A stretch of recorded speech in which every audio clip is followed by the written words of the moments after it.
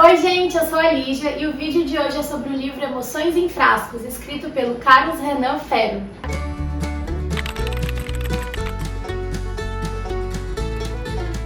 Sim, esse é o primeiro vídeo do canal na Biblioteca Nova. Eu cortei o cabelo também, como vocês podem perceber. Eu tô muito feliz com o nosso cenário. Ainda vai acontecer muita coisa, então fiquem de olho. Se você não é inscrito no canal ainda, se inscreve, deixa o seu like. E vou deixar na descrição os links para as minhas redes sociais, tem conteúdo lá todo dia. Então se você ainda não me segue por lá, você está perdendo, tá bom? E esse é o livro de hoje. O Carlos me enviou o livro dele, gente, e eu fiquei tão emocionada. É um livro tão sensível, mas vamos por partes.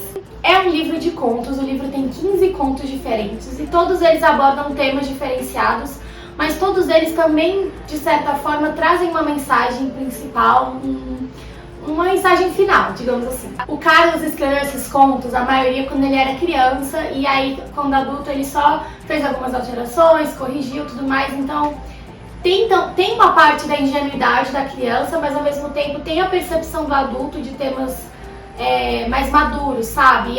E esses dois fatos se entrelaçam na narrativa de uma maneira muito sensível, então eu fiquei muito tocada, até chorei num dos contos.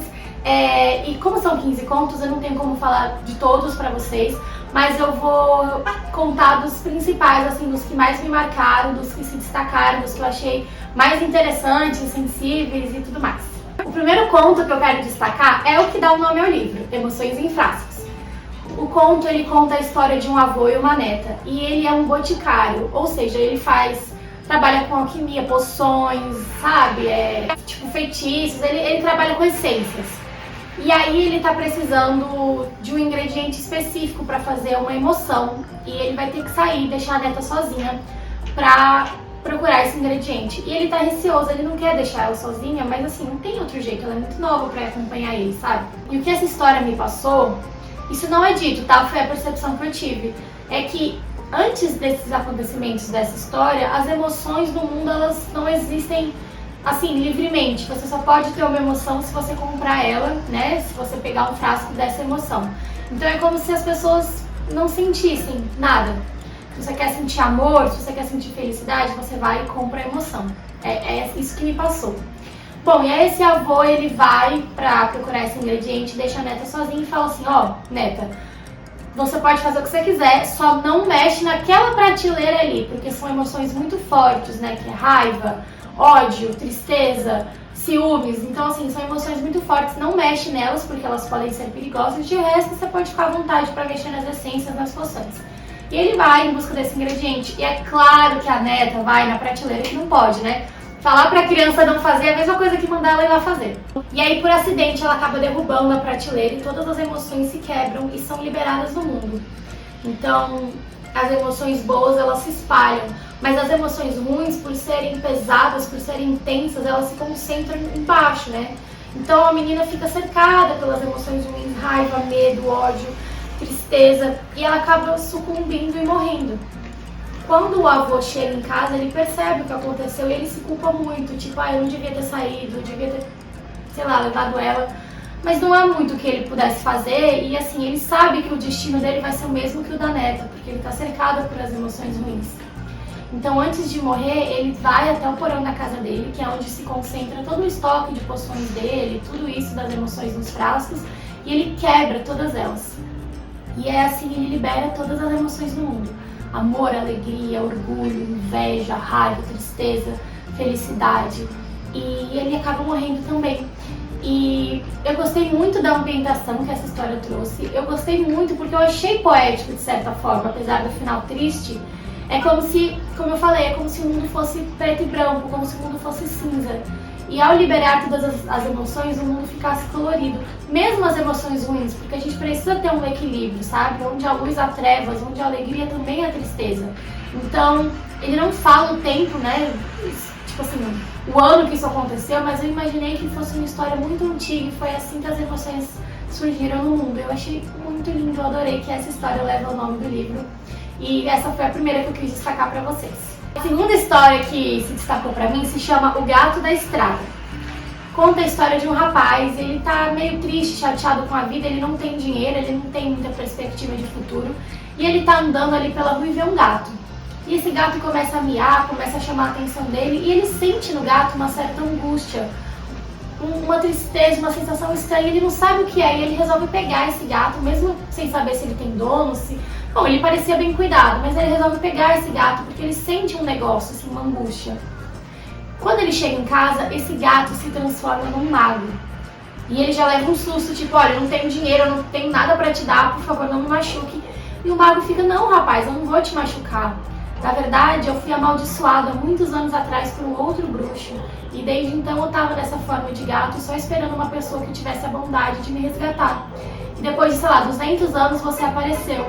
E em troca por ter me ajudado, eu vou te conceder um desejo. E esse rapaz, ele pediu para ter tudo o que ele quisesse, somente pelo pensamento, que ele pudesse pensar no que ele quer e se concretizasse.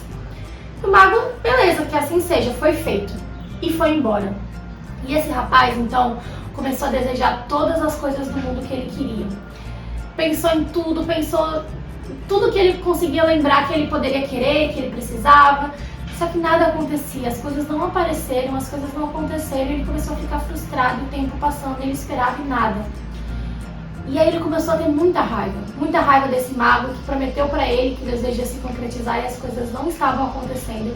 E desde então ele começou a desejar também todas as coisas mais terríveis que ele podia pensar para esse mago, as piores coisas que pudessem acontecer a uma pessoa, ele passou a desejar pro mago. Ele tinha muita raiva. E aí ele se cansou. Muito tempo se passou, ele falou, quer saber, eu não vou ficar aqui igual um bobo esperando esses desejos se concretizarem, porque não vão. Eu vou sair, eu vou viajar o mundo, eu vou viver minha vida. E quando ele começou a sair, né, da casa dele, a passar pelas ruas, a viver no mundo, ele começou a encontrar as coisas que ele tanto desejava. Então ele encontrou uma moça que pra ele parecia ser conhecida, e ele perguntou, te conheço de algum lugar? E ela falou, sim, na verdade eu sou a esposa que você tanto desejou, só que você nunca saiu pra me procurar. E aí o rapaz ficou meio atordoado, porque ele não sabia que ele tinha que fazer por onde, né, sair pra procurar. Ele achava que somente pensando ele teria tudo aquilo fácil na frente dele. Não foi assim que aconteceu. Então ele começou a ficar frustrado, culpado, tipo, cara, eu podia ter vivido tudo isso e eu simplesmente fiquei esperando acontecer. E aí ele continuou andando e de repente todas as coisas ruins que ele desejou para aquele mago, todas as adversidades, as coisas terríveis que ele pensou na hora da raiva começaram a aparecer e acontecer com ele. Claro que o final dele não foi feliz, né? Mas essa história também é cheia de uma sensibilidade. Porque passa a mensagem que não importa o quanto você deseja uma coisa, se você ficar sentado só querendo ela não vai acontecer, sabe? Você tem que trabalhar, você tem que fazer por onde, você tem que se esforçar pra tentar conseguir seu objetivo, você tem que conquistar as coisas não vêm de mão beijada pra você. E mesmo o que você deseja pro outro, de certa forma volta pra você. Então, desejar uma coisa ruim pra alguém é basicamente atrair pra você também, sabe? Então, acho que você só pode desejar pro outro aquilo que você também deseja pra você. Então, eu achei muito simbólica essa mensagem da história, né? Gostei muito. Claro que foi um breve resumo, mas assim, eu gostei muito. Acho que foi a que mais se destacou pra mim, assim, pensar que ele escreveu isso quando era criança. Claro que ele aperfeiçoou depois, mas assim, a ideia principal, poxa, é uma coisa muito madura, muito inteligente, assim, pra uma criança. Eu gostei muito dessa história. E por fim, o último conto, que eu também não quero contar todos pra vocês vão ter que ler, claro, é A Redoma de Cristal. E esse conto já é bem maior que os outros, assim. A sensação que eu tive é que cada conto poderia se tornar um livro inteiro, assim, de 300 páginas, sabe? Tinha muita coisa pra ser trabalhada, dava pra pensar em vários personagens, expandir esse universo. Fiquei curiosa, assim, sabe? Dá pra entender muita coisa desses contos. Alguns contos são tão curtos e eu senti a vontade de, tipo, cara, eu quero mais, eu quero saber mais desse personagem, o passado dele, como é que deu as coisas no futuro. Eu fiquei curiosa. E A Redoma de Cristal é justamente essa a sensação que eu tive. É a história de uma menina que ela foi aprisionada dentro de uma redoma. Pra quem não sabe, eu imaginei como se fosse um globo de neve, ela estivesse presa no globo de neve. E ela foi separada do amor da vida dela, o Gustavo, ele ficou fora da redoma.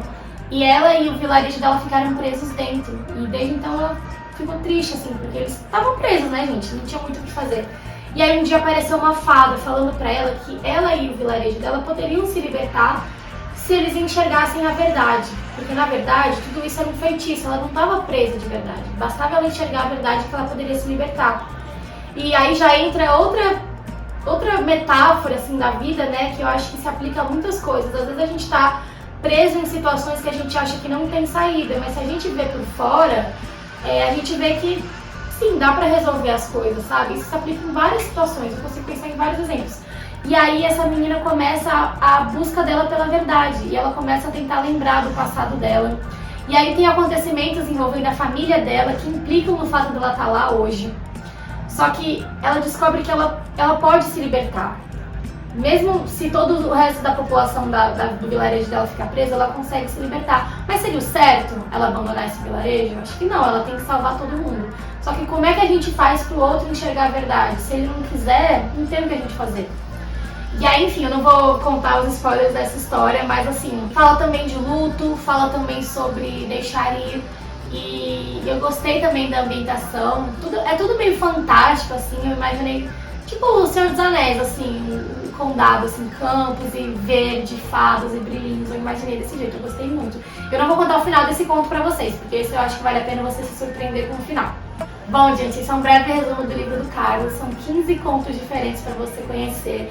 Cada um num universo diferente, numa vibe diferente, mas todos muito sensíveis e muito impactantes, com mensagens que você pode identificar na história. E eu gostei muito, porque eu gosto quando você consegue sugar algo da história pra levar pra vida, sabe? Foi a sensação que eu tive. Tanto que no último conto foi muito sensível, eu chorei, eu fiquei... Eu senti uma vibe meu irmão urso, assim, não vou dar mais spoilers, mas eu gostei muito. Então, Carlos, muito obrigada por ter enviado o seu livro. Eu sei que você escreveu outros livros, né? Eu já quero dar uma olhada também nos outros pra eu ler. E eu vou deixar aí na descrição, pessoal, o link para você adquirir o livro do Carlos e as redes sociais dele para você conhecer e acompanhar esse escritor. Não se esqueça de se inscrever no canal, ativar o sininho, deixar o seu comentário. Eu quero saber o que você achou. Se você já leu, me conta o que você achou do livro. E eu vou deixar também o link para as minhas redes sociais aí na descrição, então me segue porque tem conteúdo lá todo dia. Vou deixar também uma playlist aqui com outros vídeos.